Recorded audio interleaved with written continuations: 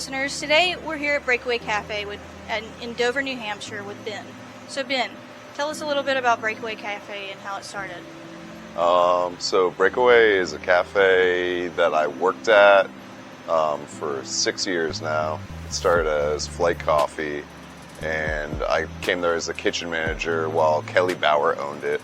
And I pretty much just came in to try to work in a service industry environment that was different. I worked in fine dining at nights, and I ran a lot of crews that were built off, I don't know, like the old style toxic kitchen energy with like yelling and swearing and people being angry all the time. And I quit my kitchen job being like, this is not for me and I need something else. And then I started working at Flight, and I met Kelly, and our goal was to just like run a kitchen that did high levels of execution, that had, I don't know, kind of like a good value system built into it that treated people good and was built on, I don't know, more positive energy, but still had the, like, I don't know, seriousness behind cooking that it requires to like do good. And then so I worked for Kelly for 3 years, and eventually he offered for me to buy the shop. He wasn't interested in selling it to like anybody, but he offered that if I wanted to buy it, I could do it. So I just jumped right on it and bought it after owning Flight for a year. What was that? That's a great opportunity. Yeah, it was incredible. And after 1 year of owning Flight, that's when I changed the name. I felt like my team didn't have like the representation that they needed or deserved, really. So that's kind of when we decided we wanted to completely break away from the old brand that we had, and that's just like the name that I chose to do so. That's cool. I like that. Great name for that. Yeah. So what's the thing you like making most for your customers? For making, I mean, for me as a kitchen person that grew up in kitchens and has worked in kitchens for a long time, I will like always have a special connection to the food. Even though we are primarily a coffee business, when I started, we barely sold any food. That was kind of the reason that I started. But at this point, I've kind of learned to love how to make like a perfect sandwich for someone. I remember one time I was with my friend who worked at a golf course with a bunch of rich people, and he was working with all these like high-level chefs, and one of the chefs like came up to him and he was like, dude, you got to make a perfect sandwich. And he was like, yeah, I mean, I can make a really good sandwich, that's fine. And then this guy was like, no, you have to make the perfect sandwich. And he like broke it down for us, and he was like, it's like a house, and there's a foundation, and there's like love that you put in from the start, and it's like when you cut a sandwich and it has like a perfect spread of ingredients, and it like is so satisfying. And I think there's like a small karmic release that you get just from making food for someone. And for a long time I liked fine dining, like a plate that someone would get and they'd see it and they'd be like, wow, this is incredible, and like, who's the chef?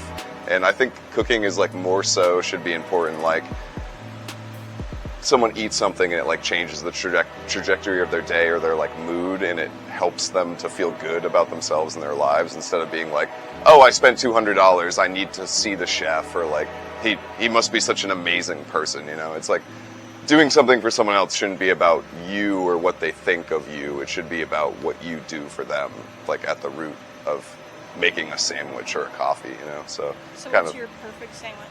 I'm vegan, so my perfect sandwich is definitely kind of like bullshit compared to what a lot of people like. Yeah. But I think my perfect sandwich is really like, for breakfast, it is a medium egg that's like just a little bit runny, and then like a protein that's cooked well on it, that is preferably like really high quality, nice like fresh sourdough bread, and then like a Cabot cheddar cheese. And like, I feel like simplicity is best, and then once you want to add all your own stuff, that's like when you can inject your personality into it, you know? Yeah. So what's the most difficult thing to make, so considering your experience? Difficult to make. I think the scrambles are the hardest thing on the menu. I try to make this menu with the people that are cooking it in mind.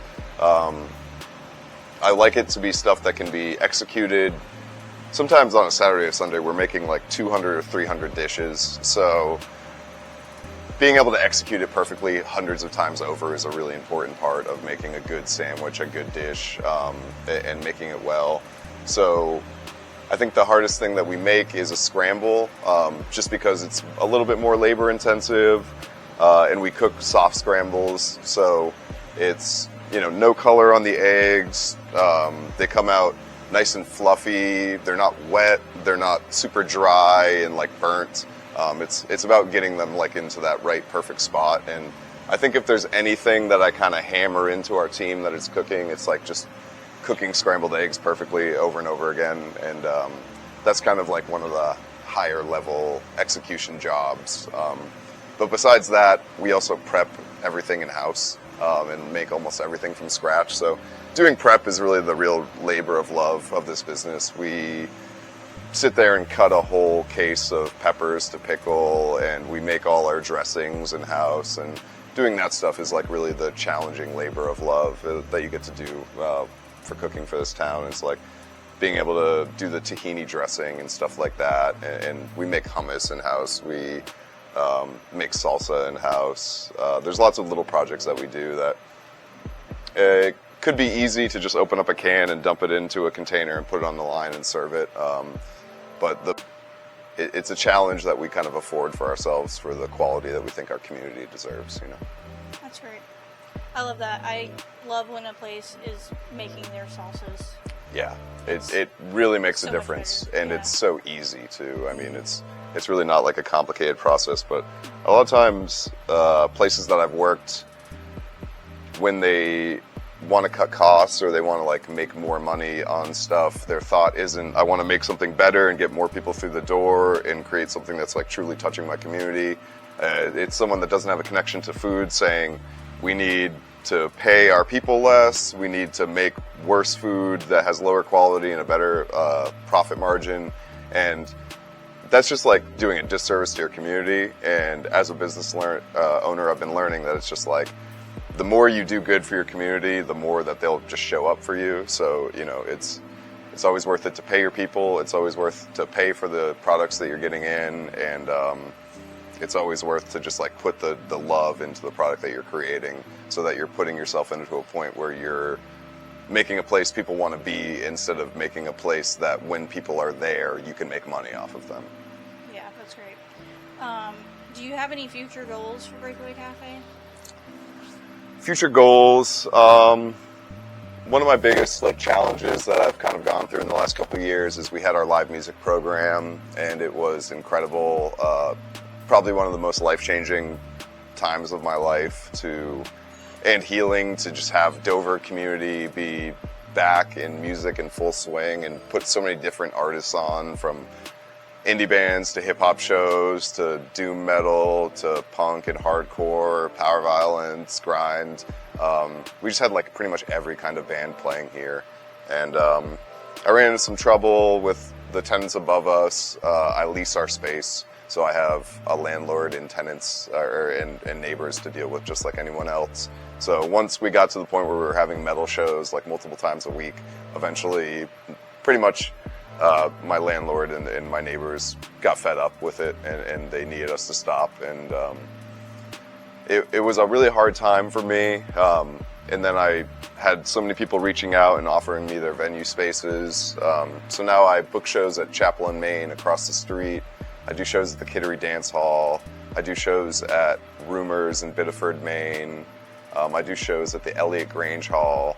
And it's been really moving to see all the people that were here, that I felt like were like the built-in audience of Breakaway, driving 10 or 20 minutes down the road to go to a different venue, and kind of realizing that we created something big that people would just show up for and come for any reason. And the coolest thing about that, and the thing that I'm kind of excited for the future, is like, how do we bring that back to Dover, and how do I find the show space that like we need, that this city will inevitably need as they keep like building condos and bringing more people in, and as like the corporate influence of the city becomes stronger, like how do we get a kind of like a DIY or an alternative space and support it. So there's not like a clear path to that for me, but I do see that in the future of Breakaway. We'll always be in this space on that used to be Cafe on the Corner. It's an iconic space to Dover, and I love it. But since we can't have music here, there definitely needs to be some kind of solution for live music to happen in Dover consistently again. And as soon as I can hear of that happening or help that happen in some way, then my plan is to fully just bring back live music like to downtown Dover and just have it kind of going the same days as Breakaway, where the shows were early and got over early, out of town bands played and they got paid way too much, and it was just like an overall net plus for the city. So that's like one of the big things I'm excited for the future for the cafe. It's just figuring out that, but as it stands right now, I'm very happy with all the support that we've gotten in the other venues. But I know one of our big needs is like to find a new home for all the shows that we do. Another thing I'm excited about for the future is just kind of learning how to expand merch and learning how to expand how the employees are involved in creative decisions. This year, my kitchen manager, Alexa, they've done great to kind of inspire the people that they work with in the kitchen to create specials, and it kind of gives me the vibe that the kitchen had when I was the kitchen manager there, of lifting up people and putting creativity forward and letting people just have time to do their thing. So that's really cool, and I'm excited to continue growing that with Alexa and kind of figuring out a way to make sure that all the employees of Breakaway feel some kind of ownership over it, where they can make creative choices and put their art on merch and put their ideas into specials and kind of just continue to spread the idea that no one person can like make a cafe and no one person can like have all the answers and all the decisions, and just see what my team can do and continue to kind of lift them up to put their ideas at the forefront, because I feel like that's like the future of the cafe. I can tell from walking in the community you've made. I see you guys, you see a customer, you say hey, you dab them up. Yeah. It's honestly, it's beautiful, and seeing that community being made around this time, like it's great to see. Before we end the interview, I wanted to see if there was anything else you would like to add just outside of the questions. Yeah. I think my advice to young people that want to find a place in their life or do it, or maybe they don't feel like they have a path or they feel hopeless. One of my favorite sayings is just like, when you're going through it, keep going. I, for all of my life, was extremely introverted, and I didn't have to talk to anybody, and I could go and play shows and go to shows and not know anybody and not talk to anybody. And I was like, this is my place in the world and this is who I am. And I'm very thankful for Kelly Bauer and his wife Christy for helping me kind of come out of my shell and figure out my worth. And therefore I've kind of found purpose in the world, and it's been a crazy ride to kind of go from someone that felt like my purpose was just like to pay my bills and exist, and now my purpose is like I come here and I see friends and I see people that I consider my family, and I run a team of over 20 people that I like care deeply about, and me and my team really were able to create stuff that lasted and still to this day like have an impact on the community every day. It just means a lot to be able to do it and to be here. I think what you're doing is amazing. And Thanks. That's one of the reasons I'm here. I Yeah. love this place. If you're in Dover, New Hampshire, check it out. Breakaway Cafe. It's a great place to grab a bite to eat at lunchtime, breakfast time. But yeah, thank you for allowing me to do this interview. Absolutely. Thank you so much for your time. Appreciate Go it. check out Breakaway on socials if you're not in town, and if you are, check it out. Yeah, thank you.